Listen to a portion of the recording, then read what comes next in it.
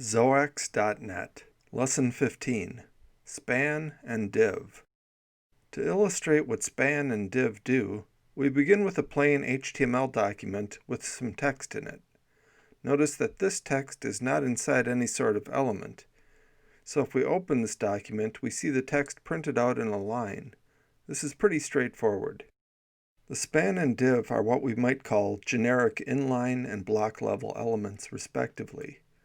That is, they do not have a function other than making their contents into an inline or block level element.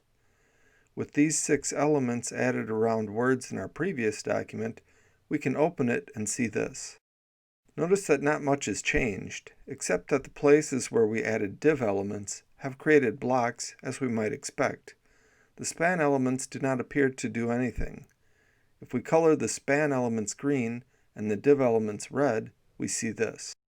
The block-level div elements run across the page, and the inline span elements simply encapsulate the words that they contain. This is what we mean when we say that these are generic elements. By default, they do not change the text. Rather, their purpose is to contain content so that it can be styled.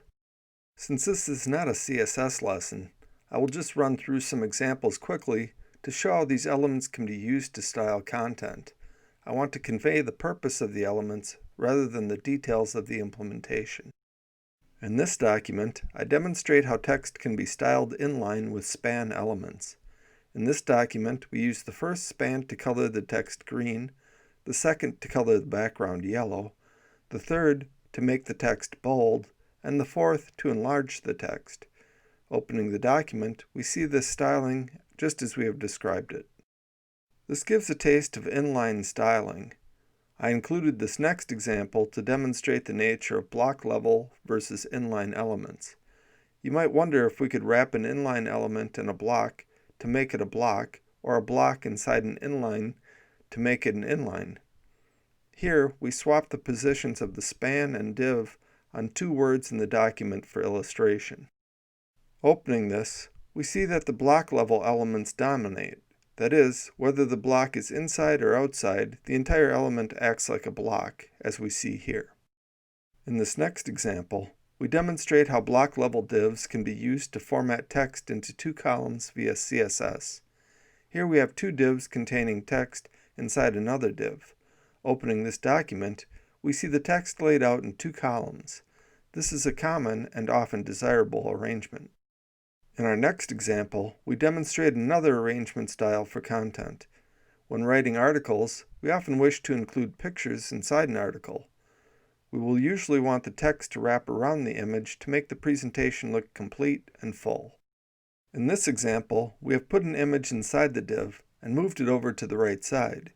We also put a margin on it to keep the text from getting too close to the image.